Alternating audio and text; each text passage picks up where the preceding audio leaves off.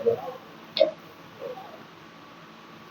गुंठेवारी जमीन कायद्याअंतर्गत काही नियम बदललेले आहे. महसूल मंत्र्याच्या बैठकीमध्ये हे नियम बदलण्यात आलेले आहे. एकंदरीत काय नियम बदल झालेला आहे, काय सांगाल? गुंठेवारी कायदा 2001/2020 या कायद्याच्या अंतर्गत नागपूर शहराच्या आणि नागपूर जिल्ह्याच्या संपूर्ण आउटर भागामध्ये फार मोठ्या प्रमाणात गुंठेवारी निर्माण झाली आहे. माननीय पालकमंत्री महोदय चंद्रशेखर बावनकुळेजीने 10/6/2026 रोजी मंत्रालयामध्ये बैठक घेतली आणि त्या बैठकीच्या अनुषंगाने मंत्री महोदयाने ऐतिहासिक निर्णय घेतला आणि नागपूर शहर आणि नागपूर जिल्ह्याच्या लगभग 5 लाख भूखंडधारकांना याचा फायदा होणार आहे. आता हे गुंठेवारी कायदा त्या काळामध्ये आला आणि त्या काळामध्ये लोकांनी प्लॉट घेतले, घरं बांधले. आज 20-20, 25-25, 30-30 वर्ष झाले लोक त्या ठिकाणी राहत आहे. डेव्हलपमेंट त्या ठिकाणी झालं आणि लोक त्या ठिकाणी राहत आहे. लोकांनी लेआउट धारकांना सगळे पैसे दिले, परंतु रजिस्ट्री करायला जर लोक जायचे तर त्यांना 5 लाख रुपये द्या, 10 लाख रुपये द्या, अशा प्रकारची प्रक्रिया त्या लेआउट धारकाकडून होत होती. आणि हा लेआउटमध्ये राहणारा व्यक्ती हा मजदुरी करणारा आहे, गोरगरीब परिवारातला हा व्यक्ती आहे आणि म्हणून लेआउटवाल्याला तो इतके पैसे देऊ शकत नाही. आणि म्हणून मधल्या काळामध्ये आम्ही एक मार्ग त्याचा काढला का NITने नागपूर सुधार पन्नासनी जेवढे बी शहराचे लेआउट आहे त्याचा प्लेन टेबल सर्वे करावा. प्लेन टेबल सर्वे NITने अधिकांश लेआउटचा केला. त्यानंतर सिटी सर्वेने त्याच्यावर शिक्कामोर्तब केलं आणि त्याच्यावर नागपूर सुधार पन्नासच्या नगररचना विभागाने बी त्याचं प्लॅनिंग करून त्याला मान्यता दिली. अधिकांश लेआउटला नागपूर सुधार पन्नासने डिमांड बी दिलेली आहे आणि म्हणून आता डिमांडच्या नंतर त्यांना RL कसं मिळेल, त्यांचे अलॉटमेंट लेटर कसं मिळेल आणि म्हणून त्या दृष्टिकोनातून पालकमंत्री महोदयाने 2/6/25 नागपूर सुधार पन्नासचे जे सभापती आहे त्यांच्या अध्यक्षतेखाली 7 अधिकाऱ्याची एक समिती त्या ठिकाणी नेमली आणि या समितीने 9/3/2026 सविस्तर अहवाल हा महाराष्ट्र शासनाला त्यांनी त्या ठिकाणी पाठवला. आणि म्हणून याच्या मी कंटिन्यू याचा फॉलोअप घेत आहोत आणि मग मंत्री महोदयाला सांगितलं का या संदर्भात एक तातडीने बैठक सुद्धा बोलवावी. आणि मग पालकमंत्री महोदयाने 10/6 एक बैठक बोलवली आणि NITने जो प्रस्ताव जो पाठवलेला होता त्याच्यामध्ये असं म्हटलं आहे का कब्जापत्र करारनामा सदर भूखंडावर 2020 पूर्वीच्या रहिवासी बाबतचे पुरावे सादर केल्यास ते घर नियमितीकरण होईल अशी आमची धारणा पक्की करा असा शासनाला त्यांनी प्रस्ताव पाठवला होता.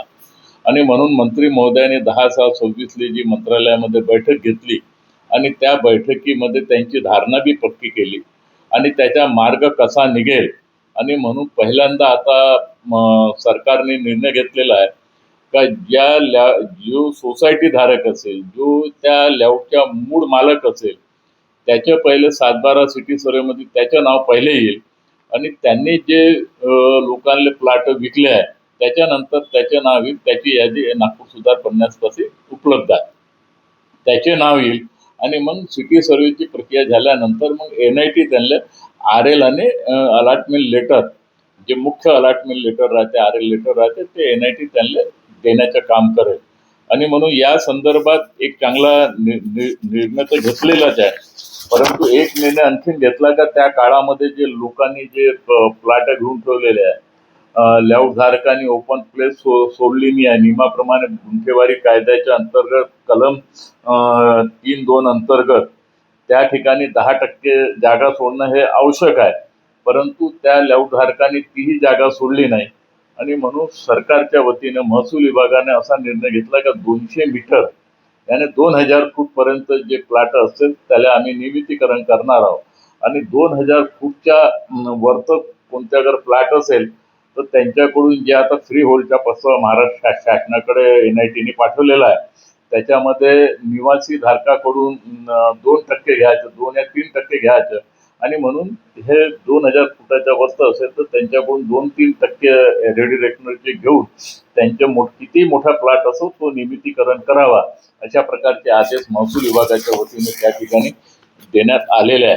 आणि म्हणून नागपूर शहर असेल किंवा नागपूर जिल्हा असेल, राज्याचे मुख्यमंत्री देवेंद्र फडणवीस साहेब आणि आपले पालकमंत्री चंद्रशेखर बावनकुळे साहेबांनी एक ऐतिहासिक निर्णय त्या ठिकाणी घेतला आणि लगभग 5 लाख भूखंडधारकांना याचा फायदा निश्चित स्वरूपात होणार आहे. हो, जसं तुम्ही सांगितलं की 2020चे अगोदरचे कागदपत्र ज्यांच्याकडे असेल त्यांना हा भूखंडाचा फायदा भेटेल. पण अद्याप कोणाकडे नसेल तर मग त्यांनी काय करावं? नाही, प्रत्येकाकडे काही ना काही आहे. प्रत्येकाकडे पैसे भरल्याची स्लिप आहे, प्रत्येकाकडे महानगरपालिकेच्या टॅक्सची स्लिप आहे, तो राहते, त्याच्या आधार कार्ड त्याच्याकडे आहे, त्याच्याकडे राशन कार्ड त्याच्याकडे आहे, त्याच्याकडे कब्जापत्र असेल, करारनामा असेल, काही ना काही डॉक्युमेंट जेव्हा प्लॉट सोसायटीवाला जेव्हा विकते तर काही ना काही त्याला प्रमाण म्हणून काही ना काही त्यांच्यापाशी राहते. जे काही डॉक्युमेंट त्यांचे करारनामा, कब्जापत्र किंवा जे स्पॉटवर जे काही असेल ते जे त्यांच्याकडे असेल त्या दृष्टिकोनातून आता हे नियमितीकरणाची प्रक्रिया होणार आहे. हो, जसं तुम्ही सांगितलं नागपूरमध्ये एकंदरीत 5 लाख लोकांना याचा फायदा भेटणार आहे. संपूर्ण महाराष्ट्रात याचा आकडा काय असेल, काय सांगाल? महाराष्ट्रात ही गुंठेवारी कायदा हा संपूर्ण महाराष्ट्राला लागू आहे आणि सगळ्यात जास्त गुंठेवारी आपल्या नागपूर शहरामध्ये आहे आणि पुण्यामध्ये बी आहे, पिंपरी चिंचवडले बी आहे, नाशिकले बी आहे, अनेक ठिकाणी राज्याच्या अनेक क्षेत्रामध्ये ते गुंठेवारी सुरू आहे. आणि म्हणून याचा अगर विचार केला, या आपण पालकमंत्री मोदयांनी काल जो आदेश काढला आहे तो संपूर्ण राज्यामध्ये याचा लागू होईल आणि त्या दृष्टिकोनातून फार मोठ्या प्रमाणात लोकांना याचा फायदा होणार आहे. काल युबीटीचे अध्यक्ष उद्धव ठाकरे यांनी रामरक्षा पठण केलं. तिथे त्यांनी हे म्हटलंय की मशालच यांची लंकेला आग लावेल. कसं बघता या वक्तव्याला? असं आहे, उद्धव ठाकरेच्या मशालनी त्यांनीच अंगार लावली आहे. तुम्ही पाहिलं असेल, बाळासाहेब ठाकरे हे हिंदुत्वाचे एक रक्षक होते आणि बाळासाहेब ठाकरे जेव्हा उंगली उचलत होते तर पूर्ण राज्य बंद होऊन जात होतं. परंतु उद्धव ठाकरे यांनी हिंदुत्व सोडलं, भगवा झेंडा सोडला आणि हिरवा झेंडा हातात घेऊन त्यांनी लोकसभेचे बी चुनाव लढलं, विधानसभेचे बी चुनाव लढलं आणि रामजीने त्यांना असं पटकलं आणि हनुमानजीनं असं पटकलं. कारण तुम्हाला माहीत आहे का, या लढाईमध्ये नवनीत राणा यांना सुद्धा 14 दिवस जेलमध्ये ठेवण्याचं पाप कोणी केलं असेल तर हे उद्धव ठाकरेंनी त्या काळामध्ये केलं. आणि म्हणून आता त्यांची टोटली आता दुकानदारी बंद झाली आहे, लोक त्यांच्यापासून दूर चालले गेले आहे, नागरिकांचं त्यांना समर्थन भेटत नाही आहे आणि म्हणून आता कुठंतरी आपली दुकानदारी पुन्हा सुरू व्हावी आणि म्हणून राम रक्षक म्हणून काहीतरी बडबड करायचं हे आता उद्योगधंदा उद्धव ठाकरेंनी केला आहे. आता जनतेला बी माहीत आहे का त्या काळामध्ये त्यावेळेस तुम्ही भाजपसोबत गद्दारी केली, 19मध्ये तुम्ही गद्दारी केली आणि तुम्ही काँग्रेससोबत जाऊन बसले. जी त्या काळातली राष्ट्रवादी शरद पवारची हे हिरवे झेंडे घेऊन चालणारे त्याच्यामध्ये तुम्ही सामील झाले आणि म्हणूनच रामजीनं तुम्हाला इतकं जमिनीत काढून टाकलेलं आहे का तुम्ही आता उठण्याची तुमची काही शक्यता नाही आहे. आणि म्हणून तुम्ही आता राम रक्षकाचे बैठकी घ्या, राम रक्षकाचे मेळावे घ्या. आता जनता काही तुम्हाला समर्थन त्या ठिकाणी देणार नाही आहे. कारण जनतेला बी माहीत आहे का महाराष्ट्र आणि केंद्रामध्ये नरेंद्र मोदीजी आणि महाराष्ट्रामध्ये देवेंद्र फडणवीस साहेबांच्या नेतृत्वामध्ये जे विकास झाला, जे डेव्हलपमेंट झालं आणि म्हणून रामजी बी आमच्या पाठीशी आहे. रामजी तुम्हाला आता हाताची धरणार नाही आहे, तुम्हाला जमिनीत गाडल्याशिवाय राहणार नाही.